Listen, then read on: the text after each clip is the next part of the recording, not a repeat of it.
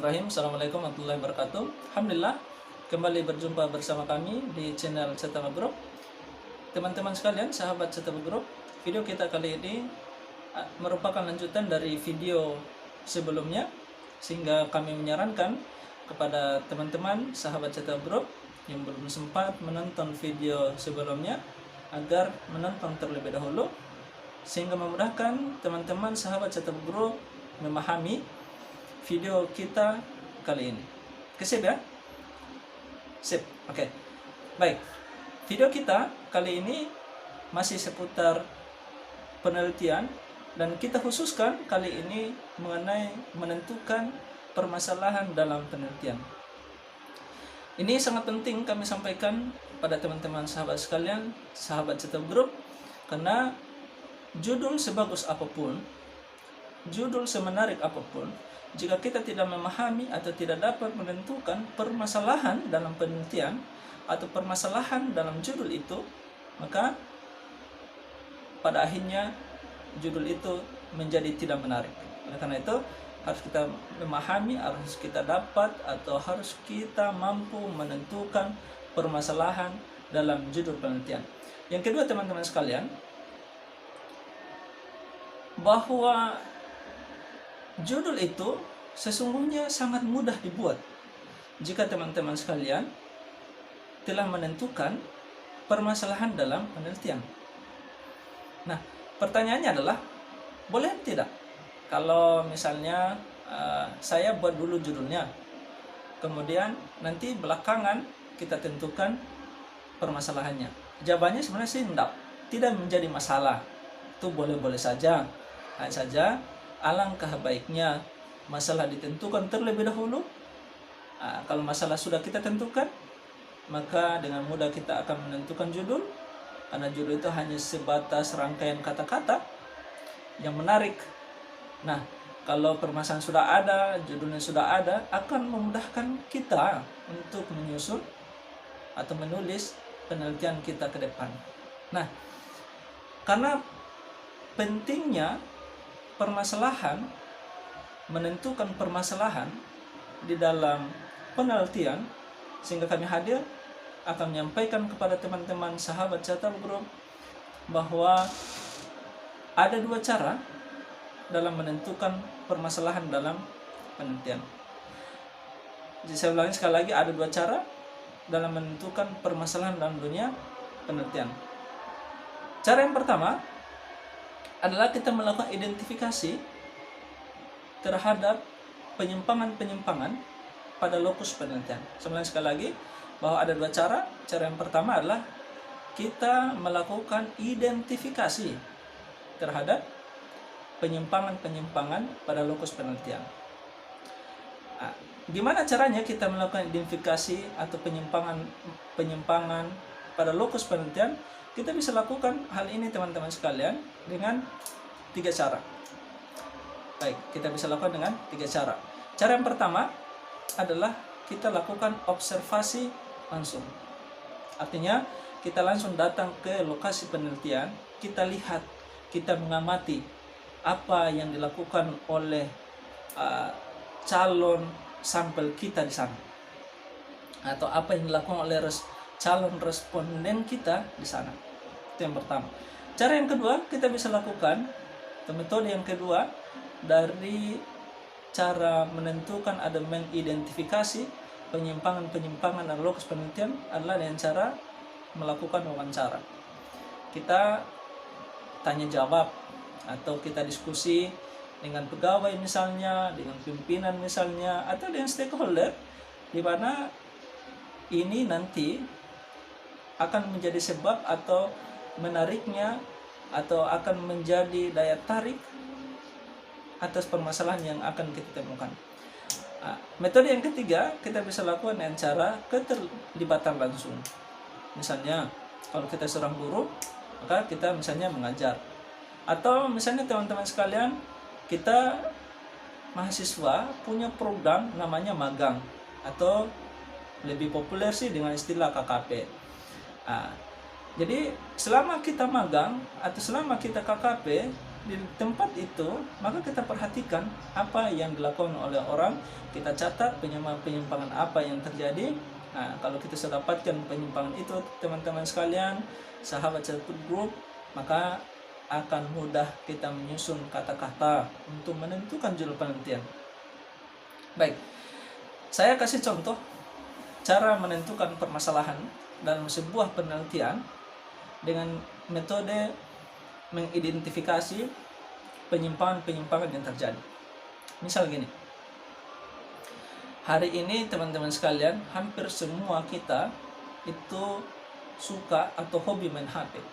Biar sementara kerja, kita terkadang masih menyaksikan orang-orang yang suka main game di komputer atau di HP-nya. Ingat, di jam kerja masih banyak kita jumpai hal ini. Nah, ini apa yang kita lihat ini penyimpangan namanya. Kenapa?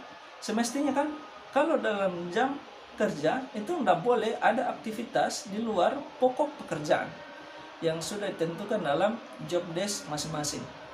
Nah, kalau begitu, apa judul dari permasalahan atau penyimpangan itu?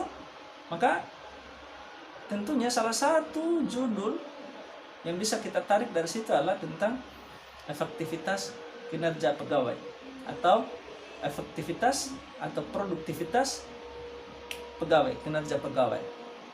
Atau masih bisa hal-hal yang lain, berhubungan dengan disiplin kerjanya, terhadap kinerjanya, atau bentuk yang lain. Yang kedua, misalnya penyimpangan yang bisa kita tentukan dengan cara misalnya wawancara. Kita melakukan diskusi dengan pegawai yang telah melakukan training atau diklat. Namun pada akhirnya setelah dia mengikuti diklat, kita dapatkan orang tersebut ditempatkan pada pekerjaan di luar di mana dia mengikuti diklat tersebut. Nah, ini namanya penyimpangan. Kenapa? Fungsinya orang ikuti pelatihan diklat kan supaya kinerjanya bisa meningkat. Nah, sekarang bagaimana kinerja kita bisa meningkat kalau toh pada akhirnya apa yang kita dapatkan dalam diklat tidak seperti apa yang kita kerjakan atau posisi kita yang hari ini. Nah, permasalahan ini atau penyimpangan yang saya sampaikan yang kedua ini, bentuk yang kedua ini, kita bisa tarik kesimpulan berarti judulnya itu bisa berhubungan dengan penempatan kerja pegawai atau berhubungan dengan kinerja pegawai. Nah, terang gampang kan? Jadi kalau memahami permasalahannya akan mudah kita tentukan judul penelitian.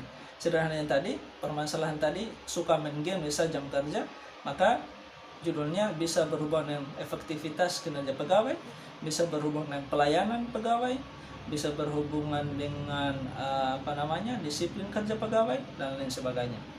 Baik. Cara yang kedua yang bisa kita lakukan dalam menentukan atau menemukan permasalahan dalam dunia penelitian adalah dengan cara pemahaman teoritis. Pemahaman teoritis ini teman-teman sekalian ini berhubungan dengan wawasan si peneliti tentang judul yang akan dia angkat. Gimana caranya tentang wawasan pemahaman teoritis ini? Kita bisa dapatkan dengan dua bentuk ini. Kita bisa dapat dengan dua cara. Pertama, pemahaman tentang materi-materi saat ikuti perkuliahan.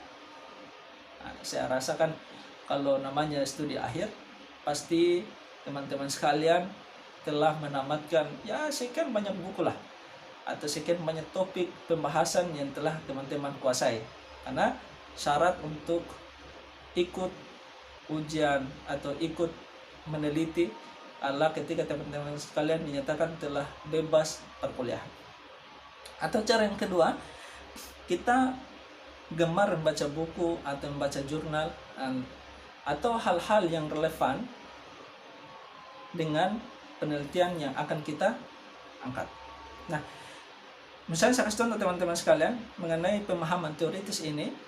Misalnya gini, secara teori kan promosi jabatan itu semestinya diberikan kepada karyawan yang berprestasi, itu teorinya.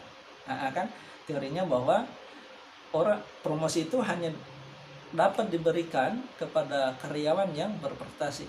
Realitasnya atau penyimpangannya adalah ada orang yang tidak berprestasi atau prestasi kerjanya tidak terlalu mencolok, tapi toh pada akhirnya dia mendapatkan promosi jabatan. Misalnya kenapa? Mungkin karena kedekatannya atau sebagainya. Contoh yang lain misalnya, pendidikan itu secara teoritis itu dapat meningkatkan kinerja. Realitasnya atau penyimpangannya adalah toh banyak hari ini dunia kerja yang menerima orang-orang yang memiliki latar belakang pendidikan yang berbeda dan ditempatkan pada posisi bukan pada keilmuan selama dia mengikuti dunia pendidikan. Nah, ini penyimpangan, itu realitasnya. Maka akan mudah kita tentukan judulnya setelah kita memahami itu. Oke, teman-teman sekalian, saya kira itu. Sekali lagi saya ingatkan, perhatikan dua hal ini dalam menentukan permasalahan penelitian. Pertama, identifikasi permasalahan, identifikasi penyimpangan dalam lokus penelitian. Yang kedua, pemahaman teoritis. Teman-teman sekalian, sesungguhnya jika teman-teman sekalian memahami hal ini, akan memudahkan kita dalam menyusun, menulis penelitian kita ke depannya. Oke, saya kira cukup sekalian teman-teman sekalian sharing ilmu kita pada hari ini. Nanti kita lanjut pada video-video selanjutnya. Jangan lupa subscribe, nonton, like, dan komen. Karena itu bentuknya gratis atau orang-orang itu gratis. Jadi jangan lupa subscribe, like, komen, nonton, dan share. Saya kira cukup sekalian sahabat sekalian, sahabat Self Group. Mohon maaf. Assalamualaikum warahmatullahi wabarakatuh.